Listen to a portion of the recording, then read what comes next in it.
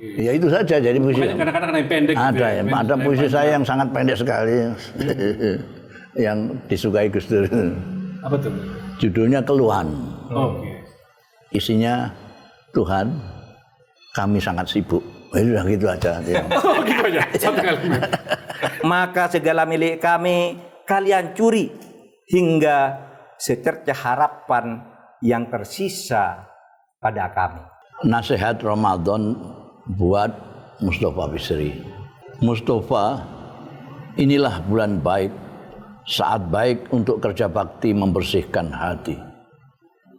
Mustafa, inilah bulan baik, saat baik untuk merobohkan berhala dirimu yang secara terang-terangan dan sembunyi-sembunyi kau puja selama ini.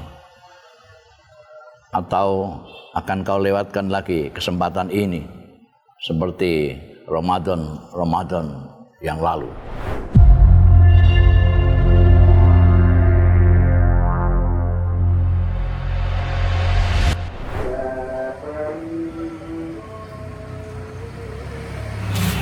Assalamualaikum. Waalaikumsalam. Alhamdulillah. Mau sehat, Saya sehat, alhamdulillah. Aduh, terima kasih nih. Terima kasih yang kesekian diberkahi. kalinya. Alhamdulillah. Alhamdulillah Rabbil Alamin. Mari Gus, terima kasih nih. Aku di sini ya. Mus di tengah. Iya. Monggo, Pak. Ya. Monggo. Alhamdulillah. Assalamualaikum warahmatullahi wabarakatuh. Waalaikumsalam warahmatullahi Para pemirsa, alhamdulillah hari ini saya berkunjung entah untuk yang keberapa kalinya, sudah lupa ngitungnya karena sering sowan ke rumah guru kita, guru kami, Kiai Mustafa Bisri yang lebih dikenal sebagai Gus Mus.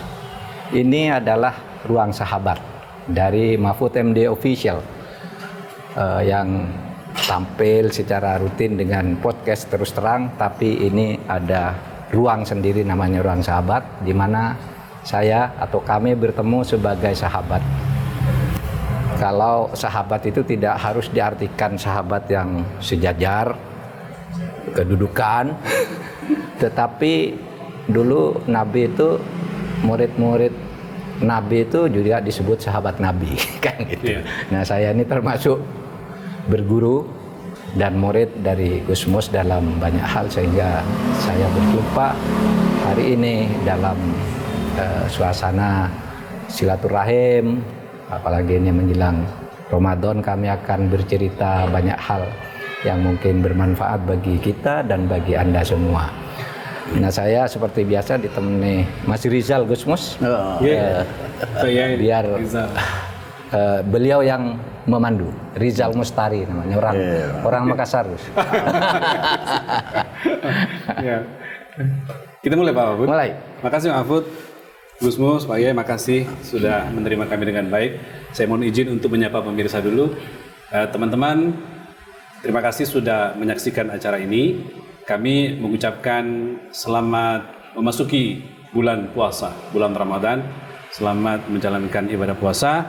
Dan saya ingin menyampaikan sedikit bahwa seperti yang disampaikan Pak Mahfud tadi, Ruang Sahabat ini adalah program yang relatif baru dalam kanal YouTube Mahfud MD Official. Tujuannya apa? Untuk kita sama-sama, Anda juga, untuk mengenal lebih dekat tokoh-tokoh, sahabat-sahabat Pak Mahfud. Agar dari mereka kita bisa mendapatkan teladan dan inspirasi. Nah, kali ini istimewa sekali karena kita di Pondok Pesantren Rodatul Tholibin. Pondoknya Kiai Haji Mustafa Bisri atau Gus Mus. Anak-anak muda mungkin lebih kenal dengan Gus Mus karena beliau aktif juga di media sosial. Nah, kita akan berbicara seperti yang disampaikan Pak Mahfud tadi. Beliau ini adalah guru Pak Mahfud, juga sahabat juga. Kalau saya yang lebih muda memandangnya sebagai orang yang menuntun kita, memberi arahan kita, kompas bagi kita, bagi umat, bagi pemerintah, bagi ulil amri untuk senantiasa berjalan pada jalan yang lurus. Nah, Gus Mus lebih istimewanya tidak semata berceramah, tapi juga berpuisi, bersajak, yang itu rupanya lebih kena masuk kepada kita. Kali ini akan istimewa karena nanti Gus Mus akan membacakan beberapa puisinya yang monumental. Pak Mahfud juga saya minta untuk membaca puisi. Tapi segera kita mulai sekarang. Saya mau nanya Pak Mahfud dulu. Pak Mahfud, saya tahu ini kesekian kalinya Pak Mahfud bertandang ke Rembang, ke kediaman Kiai Haji Mustafa Bisri Gus Mus. Dalam kondisi apa biasanya Pak Mahfud tergerak hatinya untuk mau datang ke Rembang? Monggo Pak. Saya sudah tidak bisa ingat atau menghitung berapa kali saya kesini, sangat sering. Tapi mungkin seperti yang sebelumnya, kapan saya pertama kali mengenal Gus Mus, tapi saya tidak tahu kapan Gus Mus mengenal saya. Gini, saya ini Gus dosen di UII Yogyakarta, Universitas Islam Indonesia Yogyakarta. Nah, di UI itu dulu yang dirikan kan gabungan ormas Islam, Muhammadiyah, NU, bahkan ketua yang memimpin sidang berdirinya UI dulu Kiai Hasyim Asy'ari lewat Masumi mengumpulkan Muhammadiyah, NU, PSI semua kumpul di situ, lalu berdirilah UII. Sesudah UII dari Jakarta pindah ke Jogja, lalu di situ tidak pindah lagi ke Jakarta. Ketika Republik pimpinan negara pindah lagi ke Jakarta, UII tetap di Jogja. Dan kemudian karena tinggal di Jogja, lalu lebih banyak dikenal oleh orang sebagai universitas yang lebih berwarna Muhammadiyah. Nah, saya masuk ke sana, tahu sejarahnya, kenapa ya kok ini dulu didirikan oleh NU, Muhammadiyah kok lebih banyak dominan Muhammadiyahnya. Ya kita tidak mempertentangkan Muhammadiyah dan NU, cuma saya merasa sebagai lulusan pesantren, sekolah agama dan sebagainya, ingin agar UI itu juga dihadiri oleh keturunan-keturunan para pendidiknya. Maka saya mengundang Gus Dur ke sana. Mengundang Gus Dur, lalu Fuad Hasyim, gitu. Orang-orang NU tuh saya suruh ceramah, ini orang pinter-pinter nih. Lalu ada Yusuf Muhammad. Lalu pada tahun 95 gitu, Gus Mus kami undang ke UI. Saya tidak tahu Gus Mus ingat apa tidak. Tapi di situ saya bertemu pertama kali, bersalaman, lalu ngobrol, wah ini. Di kampus UI? Di kampus UI Yogyakarta, di Jalan Kaliurang, kampus terpadu gitu. Ya, Gus Mus mungkin tidak tahu saya, tapi saya tahu beliau. Nah, disitulah saya mulai terus terpukau bahwa NU tuh enak juga ya kalau bicara, kalau bergaul, sangat santun, gurau, rileks, nggak pernah marah-marahan gitu. Terus sesudah itu ya sering ngikuti saya, lalu di zaman Gus Dur presiden, saya sering ikut Gus Dur ketemu dengan beliau. Saya kesini juga sering. Tapi biasanya waktu zaman Gus Dur di sana tempatnya Kiai Khalil di depan rumahnya Kiai Khalil Bisri. Ya, tapi Gus Mus bergabung. Waktu itu ya. Saya sering ikut. Nah, sesudah itu saya hampir tiap tahun ke sini. Soal Gus Mus gitu. Saya juga pernah diundang Gus Mus baca puisi di Hari Palestina ya. Palestina. Oh, ingat saya Pak, di Taman Ismail Marzuki yang beliau Pak. Saya tidak pernah baca puisi tapi dipaksa baca puisi. Padahal saya penikmat puisinya Gus Mus, tapi dipaksa pada waktu itu, ini atas permintaan Gus Mus, Pak Mahfud baca puisi. Kalau tidak salah 2015-16 gitu. Iya Pak, itu rame nonton, penuh itu di tim itu waktu itu. Nah, lalu ya saya sering bertemu di berbagai forum, terutama di Ciganjur gitu, sampai saat ini kita sering ketemu. Gus Mus mengenal Pak Mahfud, apa yang menjadi kesan dari awal-awal dulu sampai sekarang apa? Saya itu kesan saya pertama, karena saya kenalnya dari jauh kan.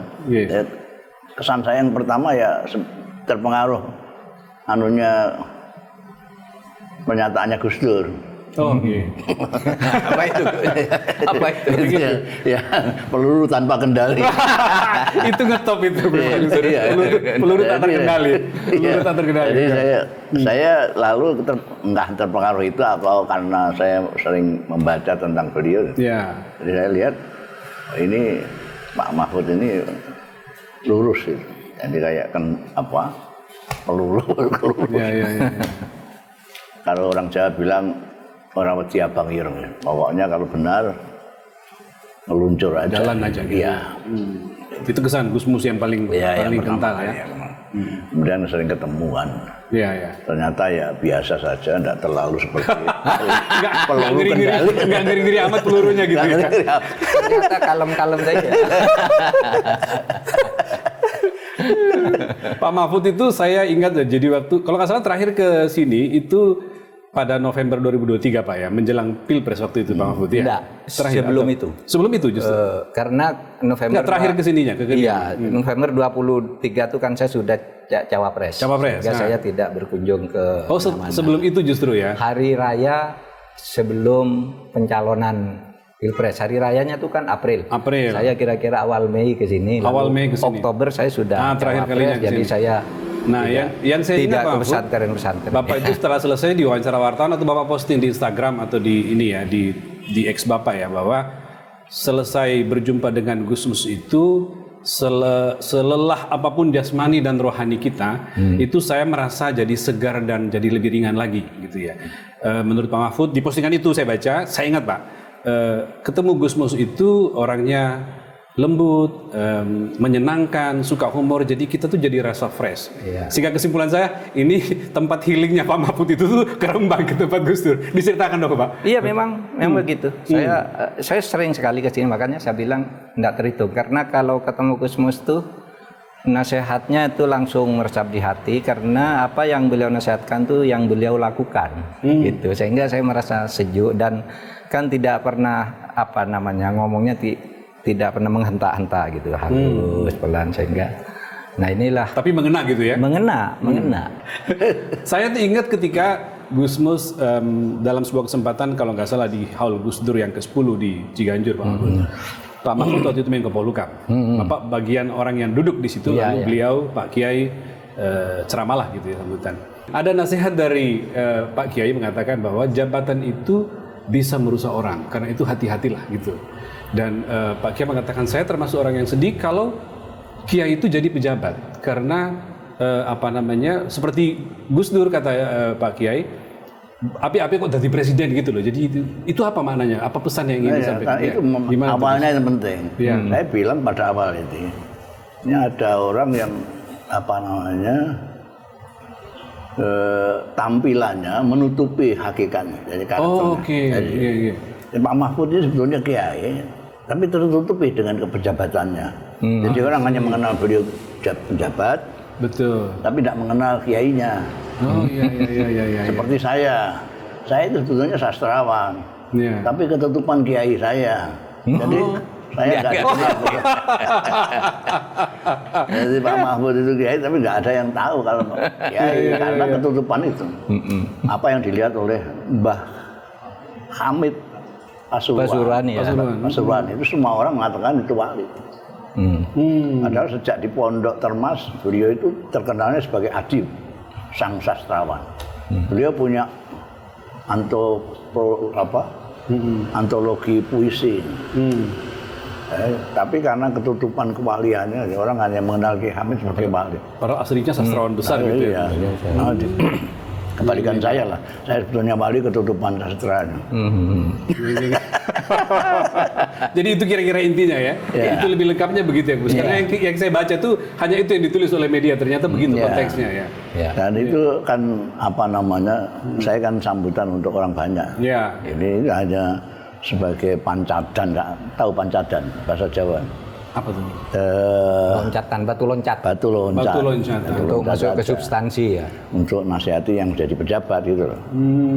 Kebetulan beliau kan pejabat juga kiai. Dibalikan. Maka saya kelihatannya seperti nasihati Pak Mahfud, sebetulnya saya nasihati orang banyak.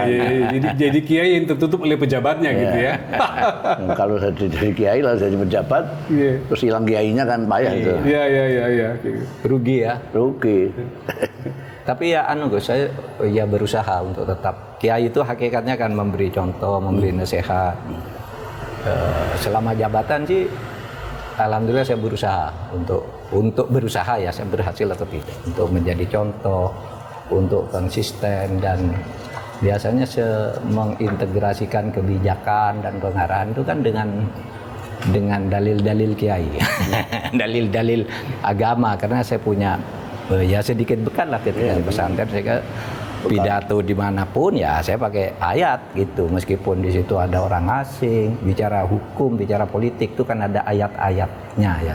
Tapi saya tidak melihat dari situ. Jadi saya melihat kekiaian itu dari seberapa dia menirukan Kanjeng Nabi. Itu berusaha menirukan. Jadi seberapa itu artinya ya semampunya, sekuatnya.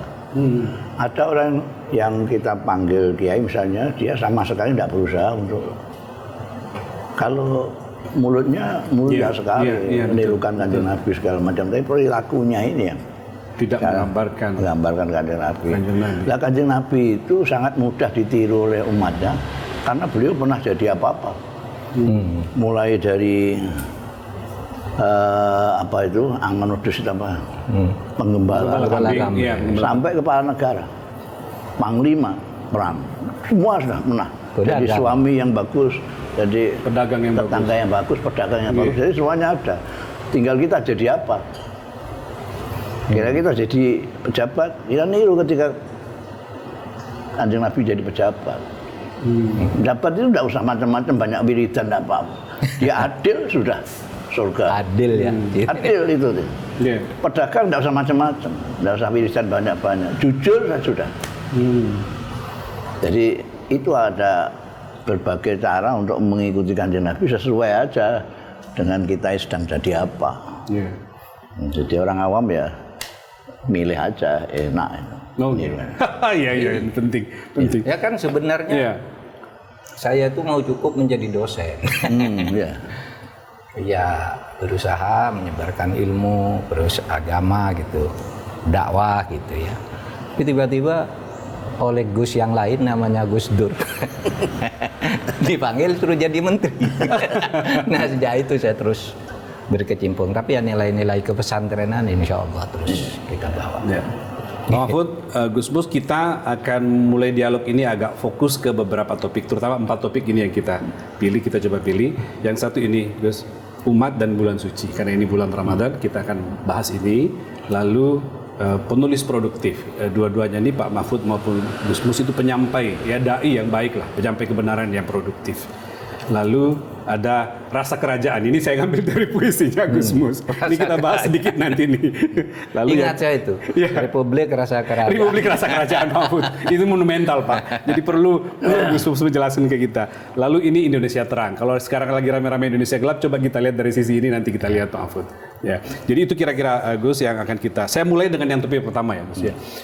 Dalam sebuah kesempatan Kiai Mustafa Bisri, Gus Mus itu mengatakan bahwa bulan Ramadan itu atau bulan puasa itu adalah bukti sayang Tuhan pada manusia. Saya baca itu. Mohon dijelaskan buat kita semua. Monggo. Iya. Sayangnya Tuhan itu bisa kita lihat dari berbagai macam ya, termasuk bulan Ramadan. Kita itu kalau kita perhatikan 11 bulan itu, kita itu ngurusi apa nggak jelas. 11 bulan. Kalau ditanya orang sibuk semua. Sibuk apa nggak jelas. Karena apa? Karena tidak pernah masuk ke dalam. Karena tidak pernah berdialog dengan dirinya sendiri. Dia dilihat luar saja. Orang dari barat ke timur, dari timur ke barat, lihat di jalan itu. Nah, itu ngejar apa? Nggak jelas. Nggak jelas. Tuhan memberi kita 1 bulan untuk merenungkan itu semua. Bulan rezeki dari Tuhan, kira-kira gitu ya. Jadi enggak, jadi kamu itu sedang apa di dunia diciptakan Tuhan itu untuk apa? Untuk apa kita diciptakan Tuhan itu? Kalau dalilnya kan liya'budun, untuk beribadah kepada Tuhan. Tapi umumnya beribadah itu lalu dimaknai sempit. Bulan Ramadan kita beribadah, puasa ya.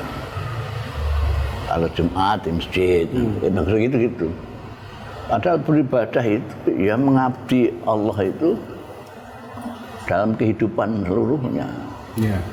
Kita begini ini bisa beribadah, bisa tidak. Bahkan kita tidur pun bisa beribadah, bisa tidak. Nah, itu. Jadi tergantung bagaimana kecerdasan kita memahami makna ibadah itu. Kita itu kan hamba Allah artinya hamba itu ya yang beribadah kepada pencipta. Tapi sekaligus diangkat oleh Tuhan sebagai khalifah. Sebagai khalifah. Nah, kadang-kadang masalahnya di sini, orang yang terlalu menyadari kekhalifahannya ini lupa kehambaannya itu. Maka yang rentan itu adalah orang yang mempunyai kekuasaan ketika berada di atas, karena dia sendiri pada hakikatnya itu adalah khalifah. Tiba-tiba mendapatkan jabatan yang memperkuat makna kekhalifahan ini. Kadang-kadang lalu lupa bahwa sebelum khalifah dia itu hamba. Jadi hamba yang diangkat sebagai khalifah. Selama menyadari dua-duanya ini, insya Allah tidak ada problem dengan masyarakat ini. Jadi bulan Ramadan itu, bulan puasa itu boleh dibilang semacam momentum untuk refleksi ya, melihat untuk berakap diri kepada diri sendiri. Untuk itu kita sangat diberi kesempatan oleh Tuhan dengan bulan yang istimewa, seperti suasana, iklim, nuansa, semuanya itu mendukung kita untuk mengadakan refleksi diri. Kan lain, kalau kita masuk Ramadan kan lain semua itu. Ya, betul. TV-nya juga lain, tontonannya, pola hidup juga lain. Betul. Itu memudahkan kita untuk berakrab dengan diri kita. Kalau itu kita tidak manfaatkan, ya rugilah kita. Ya, Mahfud sebagai manusia, bentuk kesadaran bahwa itu sayang Tuhan pada kita, apa yang mestinya dilakukan? Ya begini loh.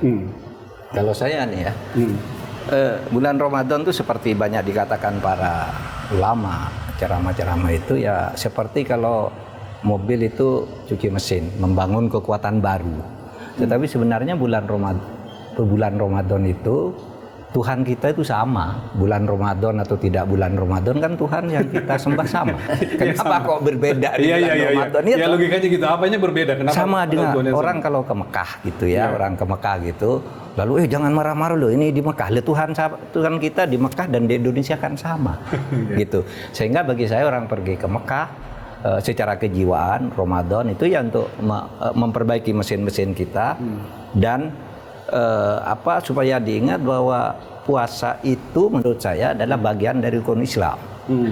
Tidak ada gunanya orang berpuasa kalau rukun Islam yang lainnya mati.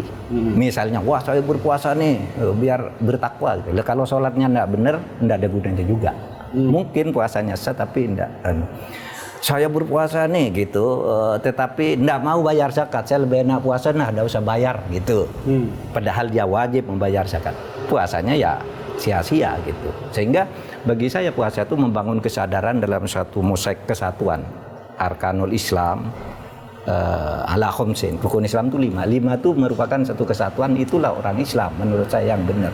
Berbuat baik dan jujur, tegas, adil. Kalau pemerintahnya itu dicuci di bulan Ramadan itu. Dikontemplasikan lalu dicuci. Nah, saya di bulan Ramadan akan berbuat kebaikan yang sama untuk seluruh ajaran Islam yang baik bagi kemanusiaan. Kalau boleh tahu Gus Mus dalam bulan Ramadan ini apa yang berbeda, Gus? Mungkin kehidupan di pesantren dan segala macam apa yang bisa kita tahu? Semuanya berbeda, suasana berbeda, iklim berbeda juga.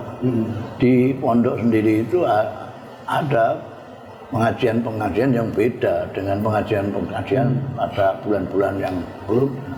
Jadi ada kitab-kitab khusus yang dibaca pada bulan Ramadan. Juga ada santri-santri khusus yang datang pada bulan Ramadan saja, namanya pasanan itu. Interaksi Gus Mus dengan luar sendiri ada perubahan gitu, perbedaan. Aktivitas mungkin selama ini di luar, ketika di luar bulan Ramadan, ketika Ramadan akan menjadi lebih. Perbedaannya bulan Ramadan ini seperti hari Jumat. Dalam seminggu saya itu minta 1 hari saja, karena 6 hari itu saya kebanyakan diatur orang. Saya minta 1 hari Jumat itu biar saya ngatur diri saya sendiri. Kalau saya pergi juga karena saya yang inginkan. Kalau saya ngaji ya karena saya yang ingin ngaji, bukan karena paksaan orang. Bukan diatur orang lain jadwalnya. 1 tahun saya minta 1 bulan Ramadan. Ramadan itu saya ngaji juga sekehendak saya sendiri, tidak dipaksa orang. Jadi saya puasa jadi itu bulan saya dalam 1 tahun.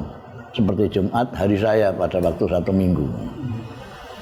Jadi teman-teman netizen, ini apa namanya di penjelasan Gus Mus dan Pak Mahfud ini sungguh-sungguh menjelaskan pada kita bahwa bulan ini bulan spesial. Ya, bulan spesial seperti yang beliau katakan tadi, beda dengan 11 bulan lainnya. Itu yang menjadi catatan kita di topik ini.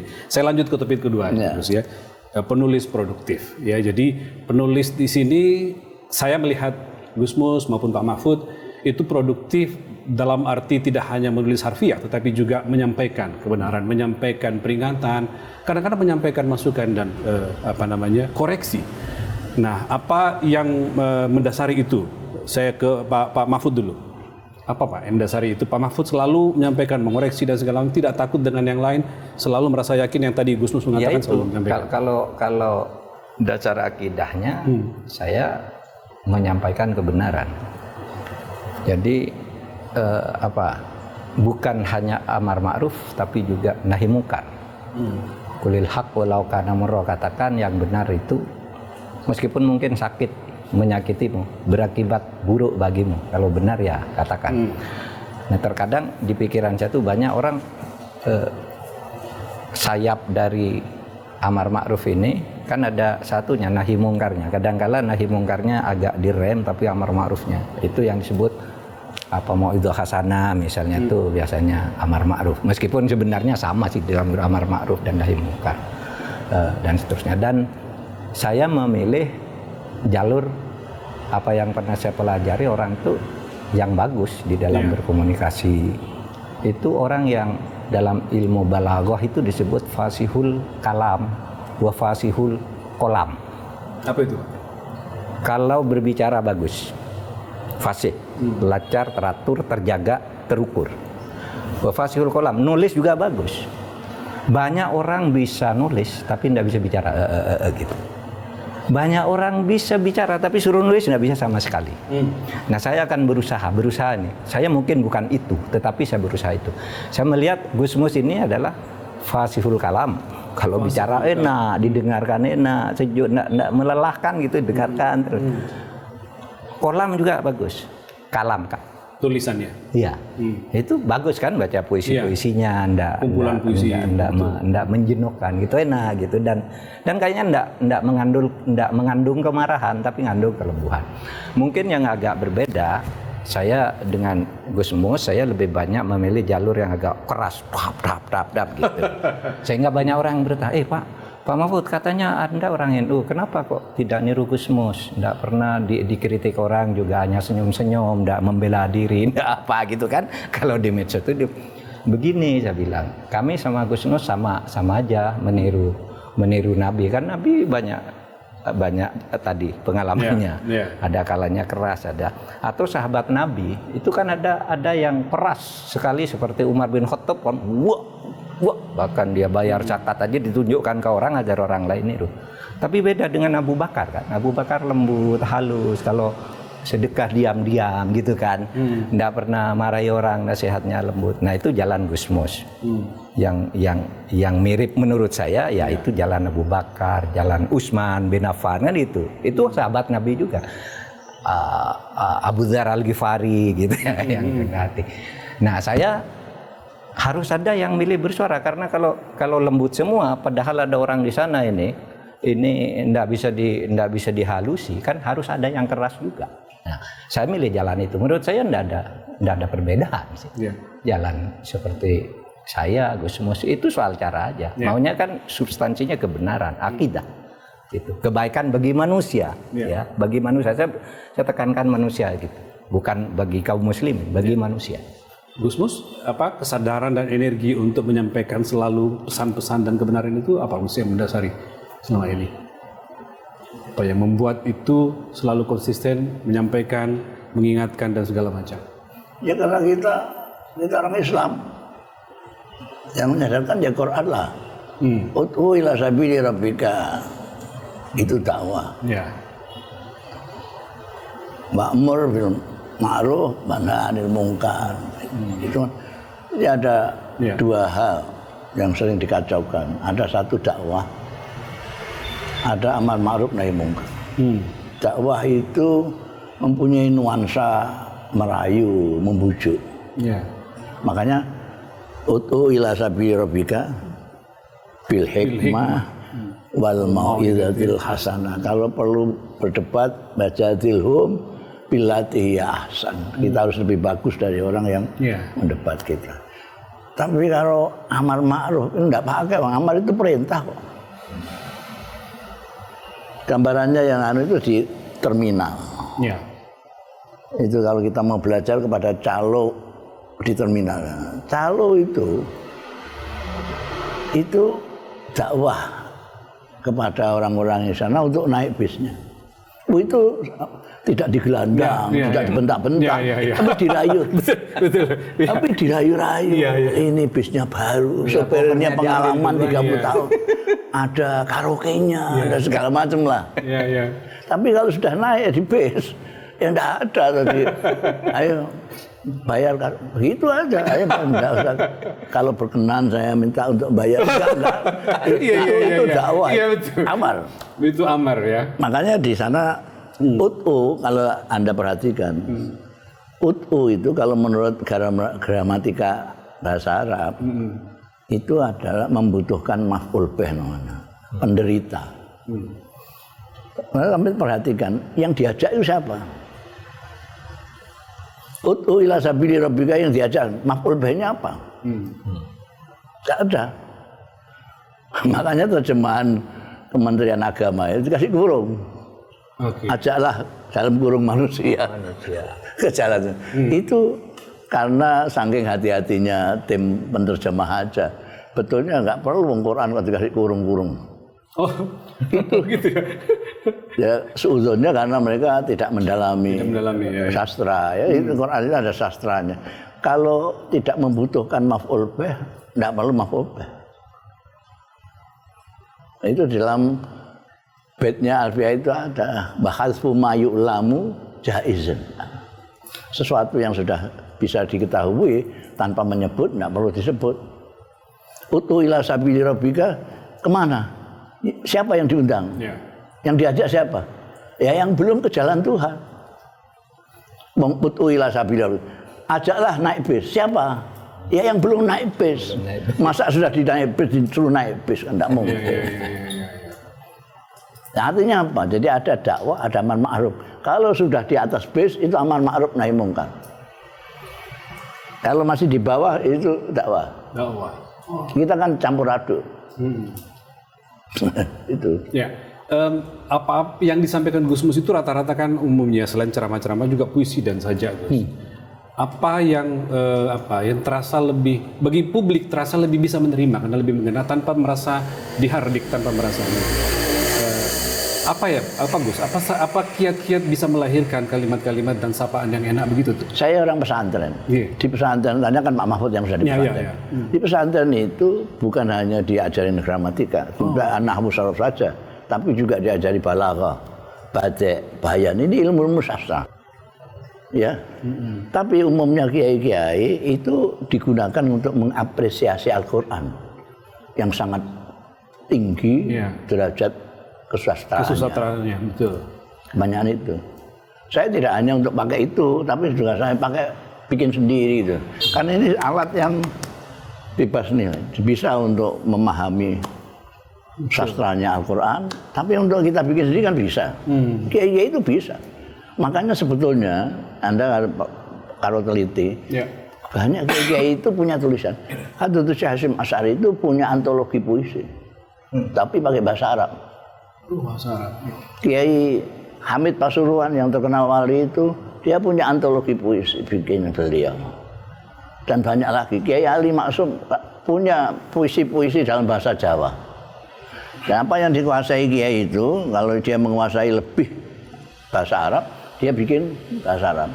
Kalau lebih menguasai bahasa Jawa dia bikin puisi bahasa Jawa. Karena itu kita lihat banyak sekali puisi-puisi bahasa daerah-daerah itu. Kalau kita mau kaji di pesantren-pesantren itu. Dan saya karena menguasai bahasa Indonesia dalam tanda kutip ya, relatif lah, saya gunakan itu. Pantesan Pak Mahfud juga sastranya juga lumayan bagus. Tulisannya Pak Mahfud kan pilihan katanya juga boleh dibilang hebat. Gitu Pak Mahfud. Karena beliau mempunyai ilmunya kan. Iya, ilmu pesantren gimana Pak? Iyalah.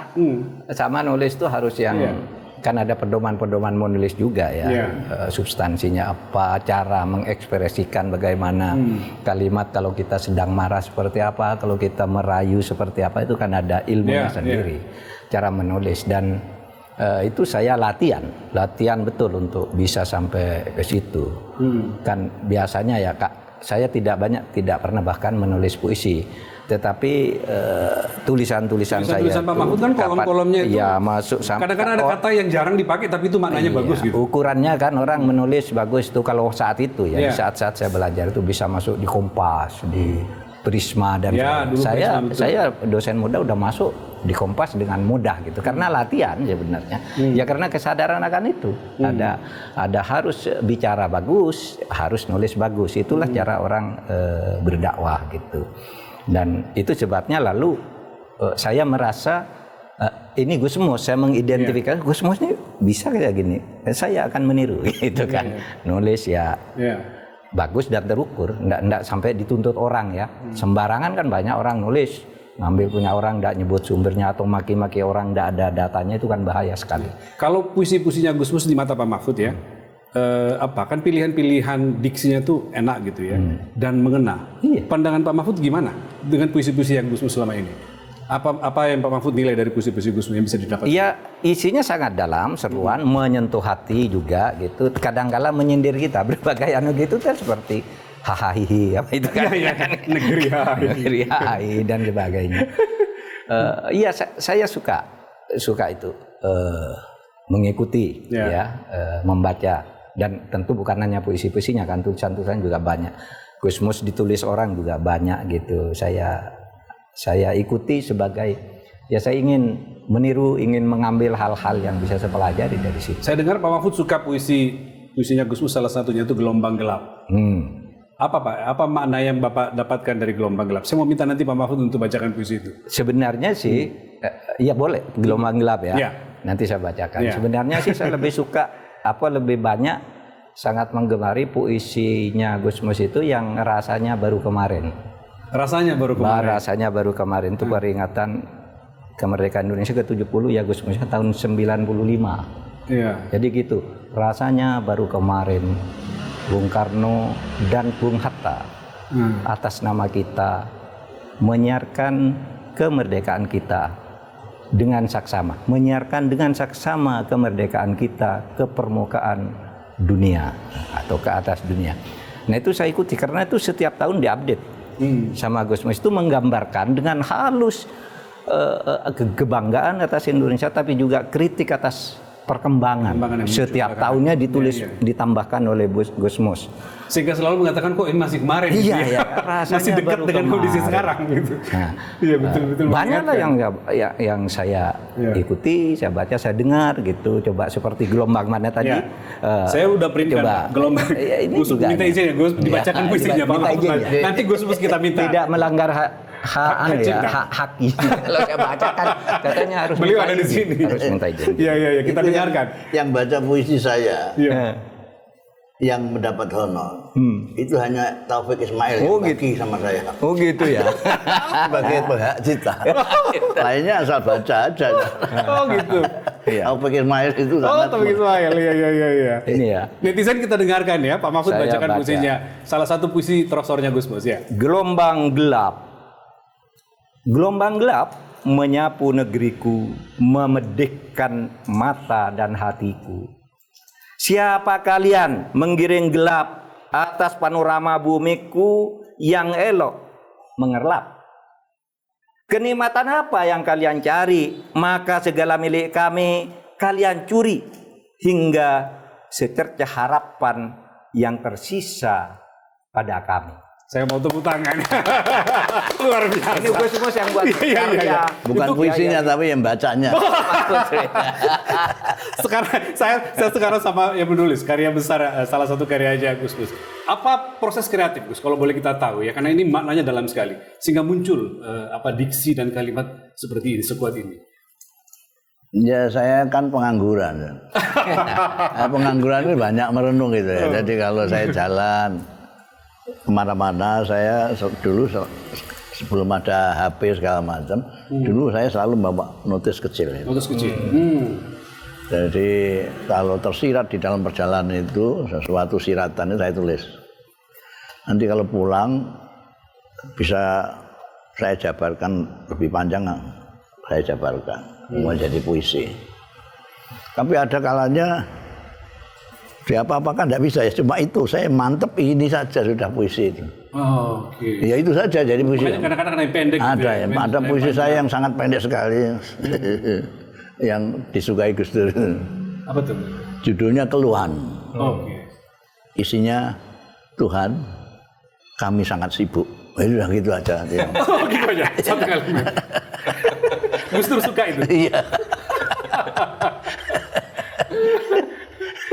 Ya, satu lagi yang jadi yang agak heboh ketika Gus Dur membacakan. Ini judulnya makanya dialog kita berikutnya ada yang ngerasa kerajaan ini.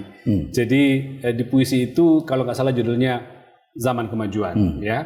Gus Dur salah satunya mengatakan di ujungnya itu mengatakan Republik Rasa Kerajaan. Saya pengen Gus Dur menceritakan dulu. Lagi-lagi apa yang ada di benak ketika membacakan, dan itu inspirasi apa yang muncul ketika itu muncul? 4-5 kalimat itu begitu kuatnya. Ya, zaman Pak Harto Orde Baru itu saya produktif sekali. Saya bikin puisi-puisi yang merespon kondisi. Ada puisi saya misalnya satu bait juga yang pernah saya bacakan ketika saya diundang Mensekneknya Pak Harto dulu siapa? Pak Murdiono. Ya, Pak Murdiono ngundangin penyair-penyair dari Indonesia. Saya membaca itu. Saya bilang sama audien, ini puisi saya sangat singkat. Jadi Anda harus konsentrasi penuh. Sebab kehilangan satu kata berarti kehilangan puisi saya seluruhnya. Lalu mereka sudah siap. Mereka sudah siap. Saya bilang Keluhan itu judulnya. Negeriku telah menguning.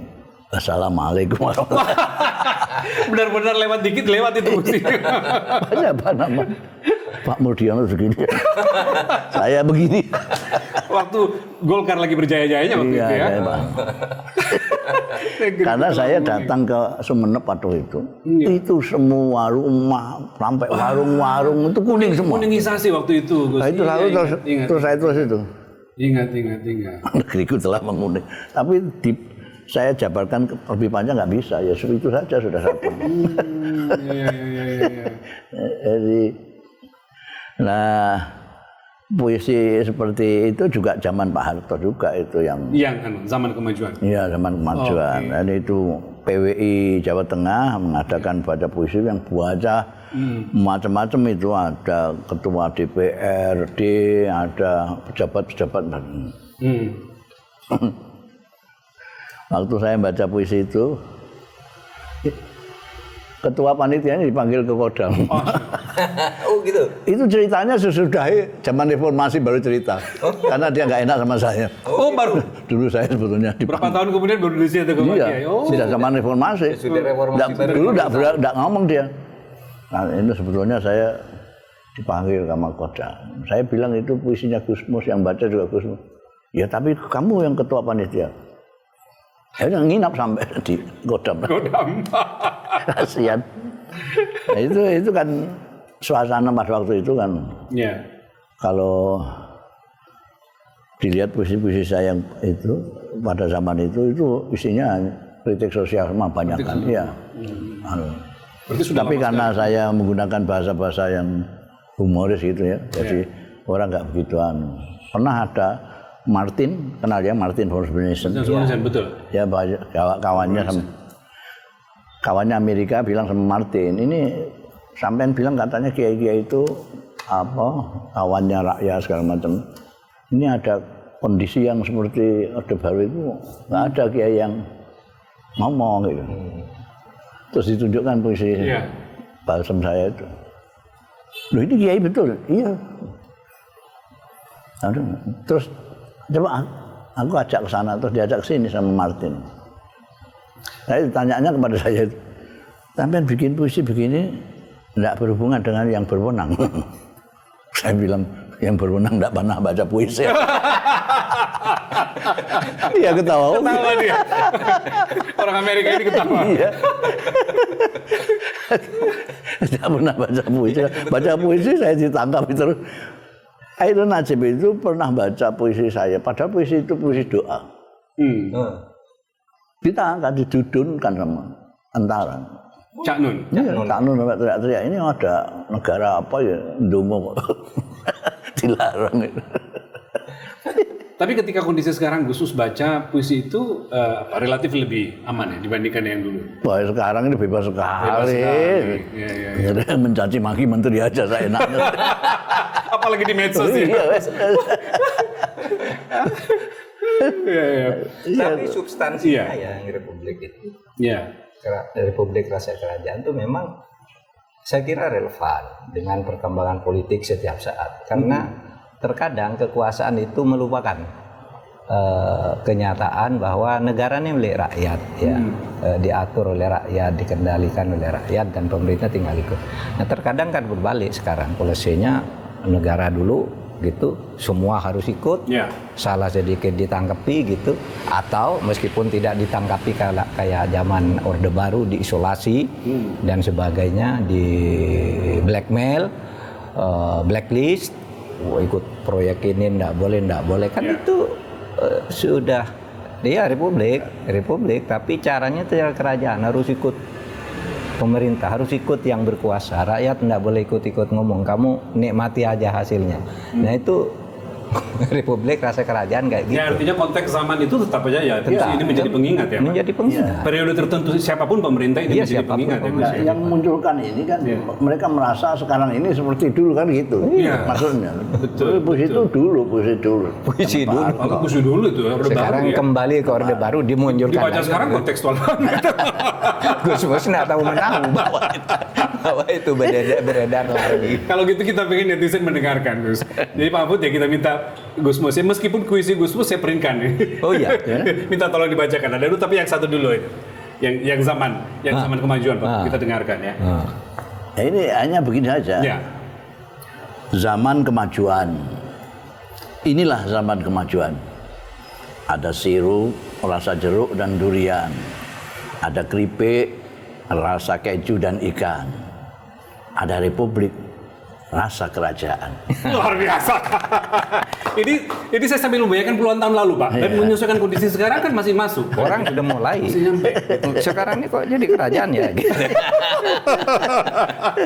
Kerajaan Republik Indonesia.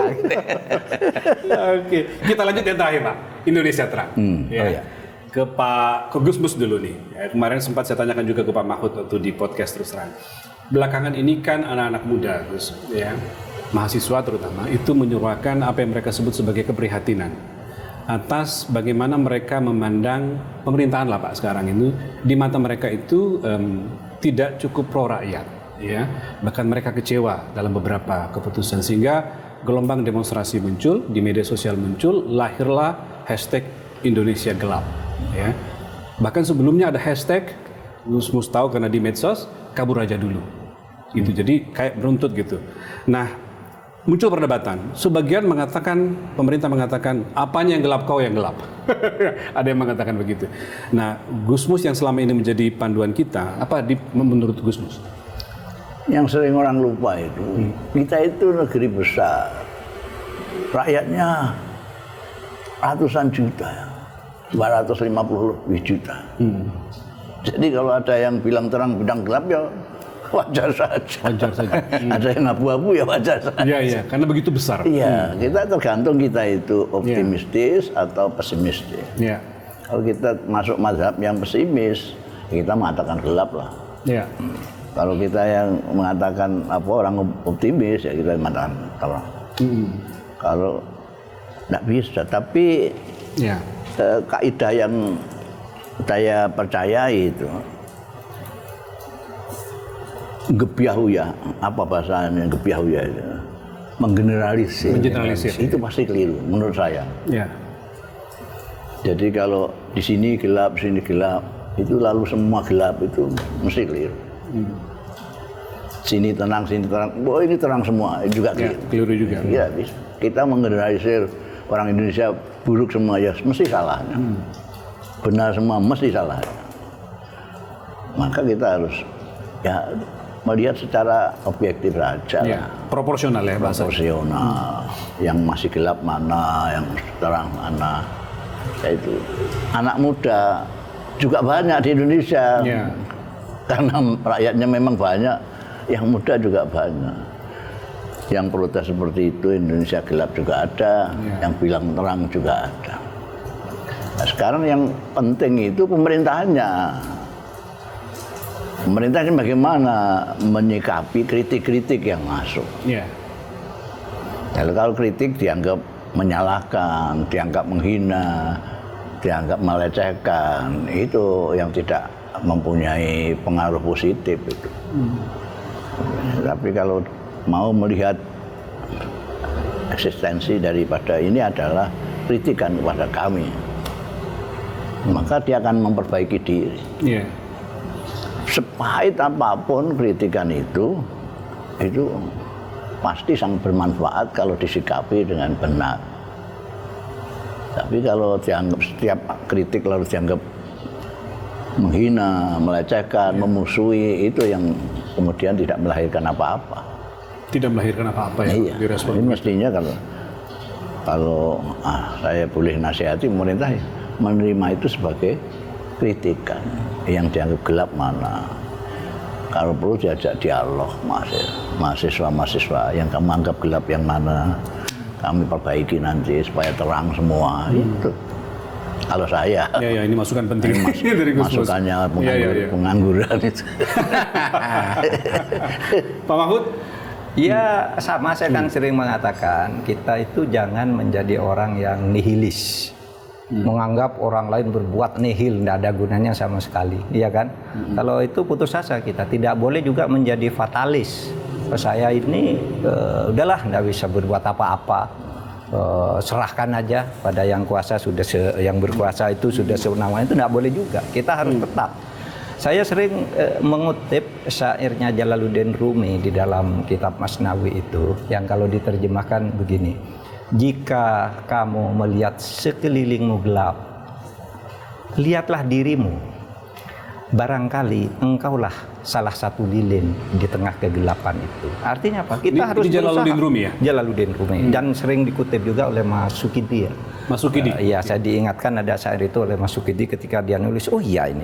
Kenapa kita harus fatalis? Kenapa kita harus nihilis gitu? Bisa banyak sekali yang positif dilakukan oleh pemerintah, tidak harus dianggap itu nihil gitu kan.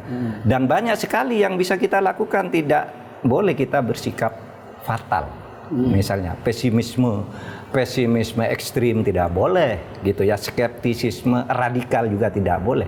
Ya terus saja berjuang, pintu itu ada jalannya, semuanya ada jalannya. Kalau kita bertanggung jawab kepada diri kita sendiri sebagai manusia dan kepada bangsa, tentu yang lebih dari itu kepada Allah Tuhan yang Maha Kuasa. Jangan putus asa. Ya, baik, ini Pak Mahfud, Gus Mus, sudah sekian menit kita udah dialog, udah mulai masuk pada ujung dialog. Nah sebentar, ya, gitu saya Pak Mahfud apa yang menyampaikan? Tanya sesuatu dulu. Gini, dulu itu ketika saya pertama kali kenal Gus Mus itu, panggilannya itu Kiai Mustafa Bisri. Nah itu dia. Bukan Gus Mus. Sampai sekarang dipanggilnya. Nah, waktu itu sebelum reformasi kata Gus itu hanya melekat pada Gus Dur. Tidak ada di orang di tingkat nasional pemberantasan Gus ini, Gus itu tidak ada. Di media mungkin di yang lain santer nyapanya Kiai semua kan Pak? Yang lain Kiai. Iya, saya nyapa Gus Mus Kiai. Kalau sapaan Gus itu hanya di lingkungan pesantren. Sehingga sesudah Gus Dur jadi presiden, kata Gus itu menjadi mewah ya. Orang-orang ceramah sedikit minta dirinya disebut Gus gitu. Saya pernah disebut Gus, saya bilang saya bukan Gus. Gus itu artinya anaknya Kiai yang calon Kiai, belum jadi Kiai. Saya teringat Gus Nus pernah menegur seseorang di sebuah acara. Kamu tahu enggak artinya Gus? Kok saya dipanggil Gus? Kata Gus. Ya. Gus itu Kiai yang belum jadi. Kata Gus Mus.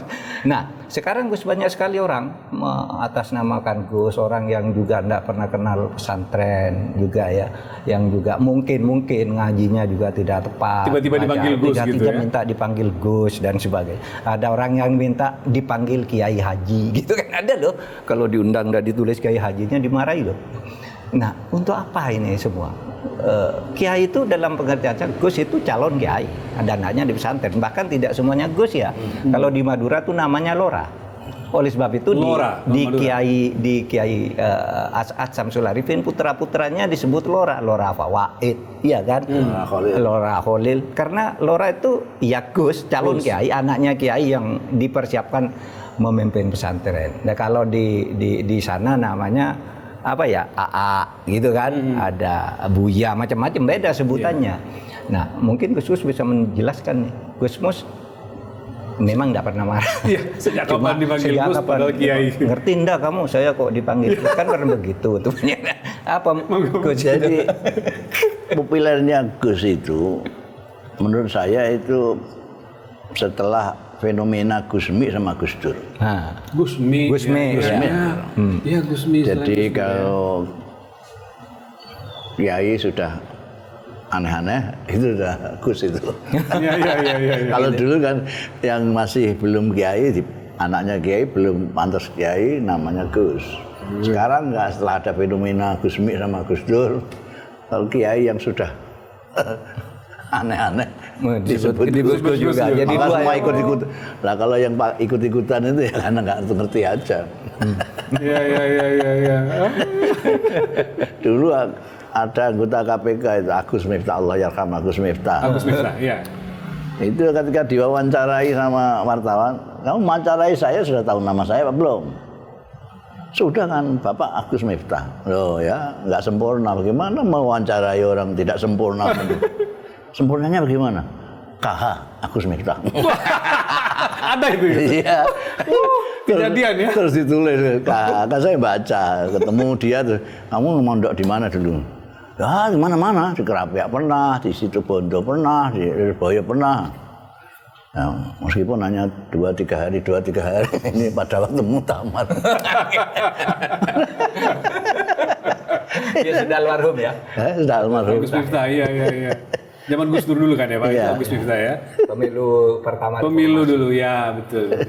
Oh jadi gitu ceritanya. Oke, teruskan. Baik Pak. Jadi ini karena bagian refleksi juga, kita pengen mendengarkan dari Pak Mahfuz sama Gus Mus. Kira-kira Indonesia pada tahun 2045, dilihat kondisi sekarang, apa kira-kira idealita ya dari pandangan Pak Mahfuz, dari pandangan Gus Mus, bangsa kita ini pada tahun 2045. Saya mungkin mulai dengan Gus Mus dulu, monggo. Idealita Pak yang diharapkan itu apa gitu? Saya sejak awal reformasi, saya sudah bicara, bahkan nulis di Suara Merdeka kalau nggak salah, kalau nggak Jawa Pos. Jadi waktu itu lagi gencar-gencarnya orang bilang reformasi. Ya. Saya bilang kalau kepala kita itu tidak dicopot dulu, diganti kepala baru. Sampai kiamat kurang 2 hari, kita akan tetap mesti begini aja. Itu bahasa ekstrim saya. Jadi kita itu dididik Pak Harto 32 tahun.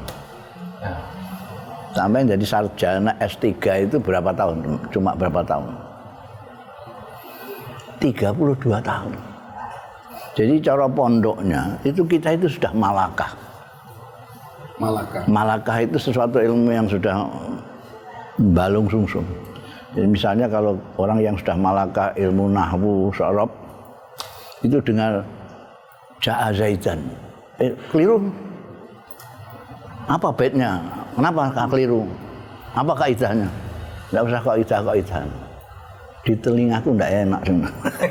Itu malakah. Oh, tingkatannya itu ya. Ya. Lah yang diajarkan Pak Harto itu kebetulan itu meskipun bahasa bagusnya itu pembangunan, tapi sebetulnya mencintai dunia. Kita orang semua senang sama dunia itu pada zaman Pak Harto. Dan ayahnya lagi Pak Harto itu sementara mubalek dai-dai itu kalau ngajak orang tidak niru Kanjeng Nabi, Pak Harto niru Kanjeng Nabi. Itu yang bikin manjur itu ajaannya Pak Harto, karena dia niru metodenya Kanjeng Nabi. Kanjeng Nabi itu kalau ngajak, itu beliau laksanakan dulu ajakannya.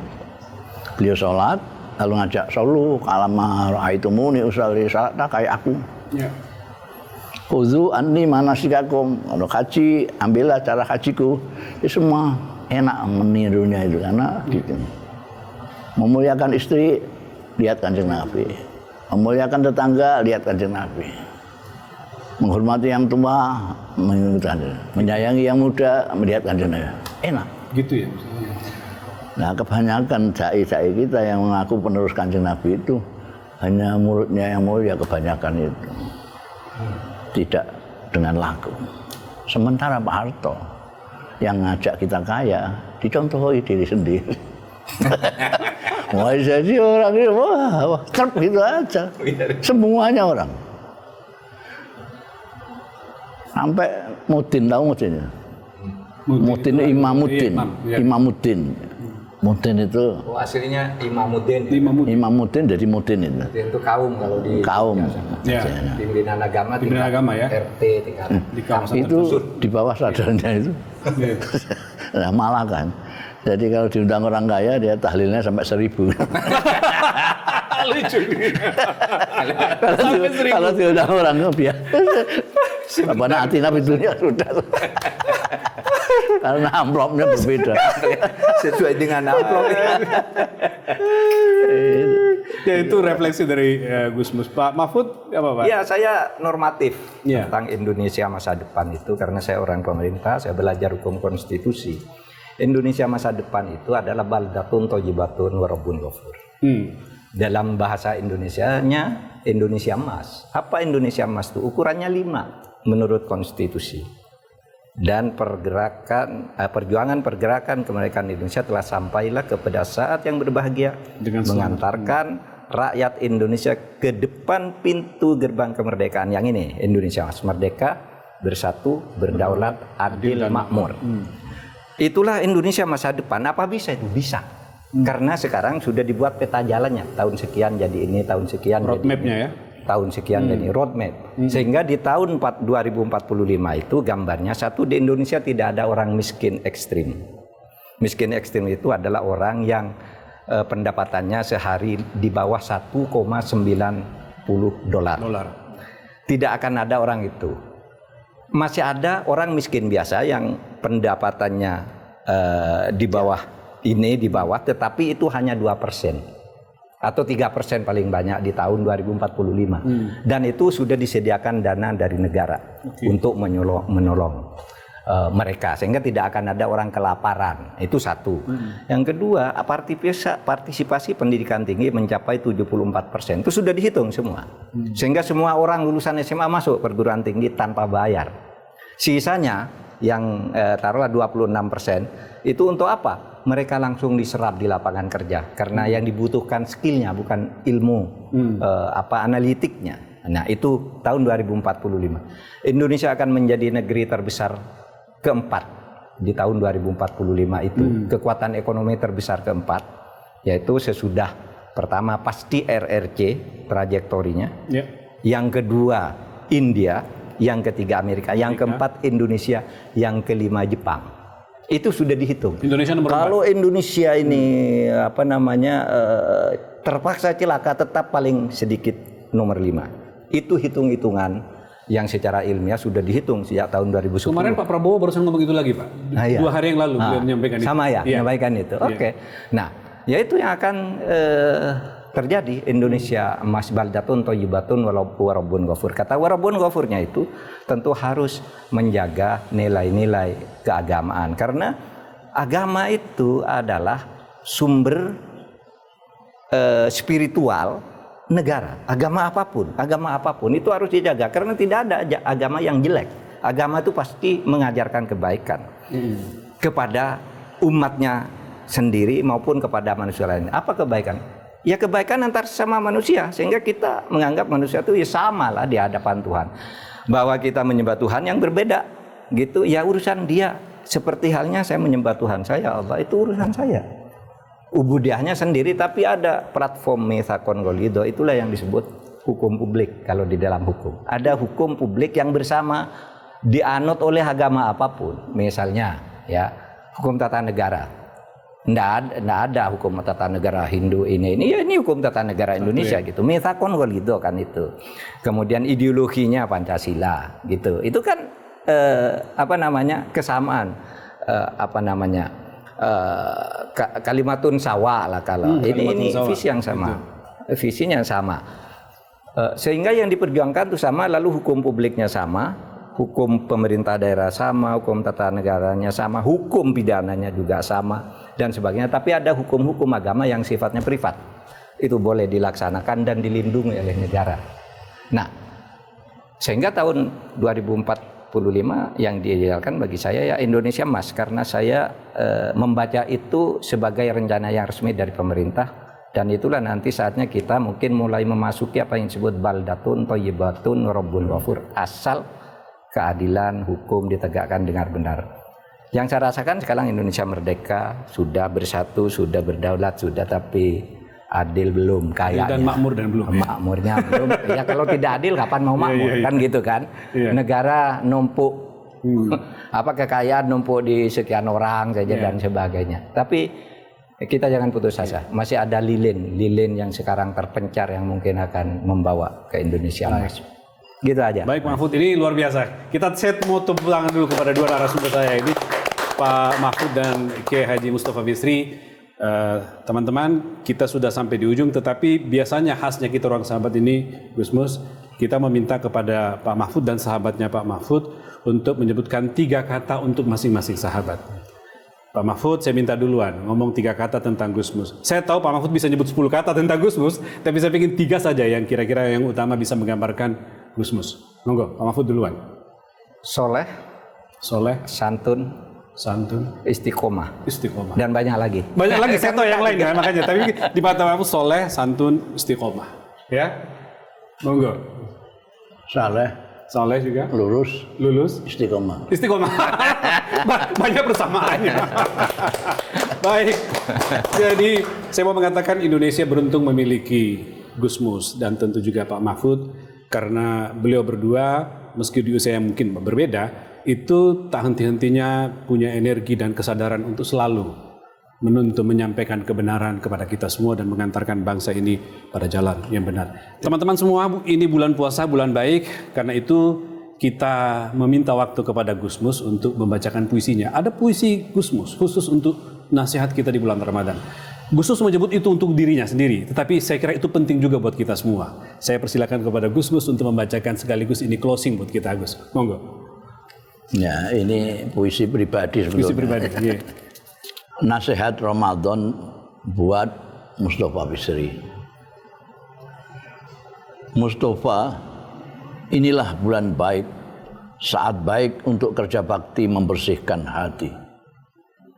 Mustafa, inilah bulan baik, saat baik untuk merobohkan berhala dirimu yang secara terang-terangan dan sembunyi-sembunyi kau puja selama ini. Atau akan kau lewatkan lagi kesempatan ini seperti Ramadan yang lalu. Gus, terima kasih. Ya. Terima kasih, Gus. Alhamdulillah.